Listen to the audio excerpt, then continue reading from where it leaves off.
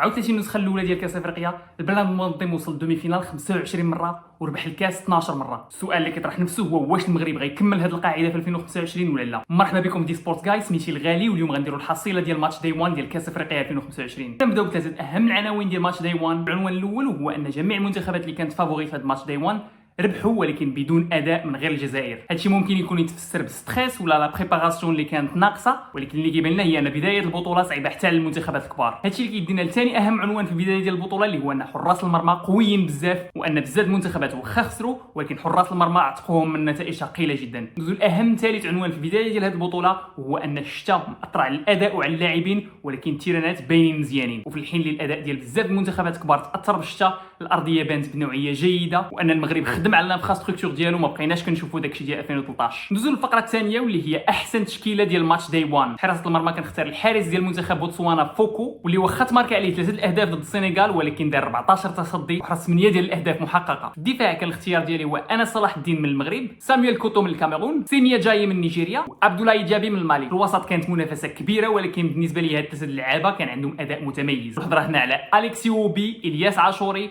ورياض محرز. الهجوم الاختيار ديالي على الاطراف كان هو عمر مرموش ومحمد عموره اللي دار ماتش تخي تكنيك، ونختتموها براس حربه ايوب الكعبي اللي واخا ما لعبش بزاف ولكن سجل هدف عالمي. الكابيتان ديال التشكيله هو سيميا جاي اللي دار تخي غون ماتش ديفونسيفمون ولعب واحد الكاريزم الكبير. ندوزو للفقره الثالثه ديالنا اليوم واللي هي شكون هما 3 اكبر مواهب اللي بانوا في الرادار هاد الماتشات. ونهضروا اولا على احسن لاعب بالنسبه ليا قل من 21 عام في لاكوب، واللي هضرت عليه قبل من البدايه ديال التورنوا، اللي هو يان دياموندي ديال الكوت ديفوار ولاعب لايبزيغ. دياموندي لاعب سريع ومهاري ويقدر يعطي فرص كبيره وحلول كبيره للمنتخب ديال الكوت ديفوار في الثلث الاخير. المركز الثاني بالنسبه ليا ابراهيم مازا من الجزائر، اللي واخا ما لعبش بزاف ولكن ملي دخل دار ان امباكت وماركا بيت. وفي المركز الثالث اللي واخا ما لقيتش بزاف ديال اللعابه اللي قل من 21 عام اللي لعبوا الماتش كامل، ياسر عواد بشاره من السودان، واللي عنده ان بوتونسيال انه يدير بطوله زوينه واخا السودان ما عندهاش فرصه كبيره. ندوزو للفقره الرابعه ديال اليوم واللي غنهضروا فيها على احسن واسوء مفاجاه ديال بدايه الدوره. واحسن مفاجاه بالنسبه ليا في الماتش داي 1 هي المنتخب الزامبي، اللي واخا ما لعبش مزيان ضد مالي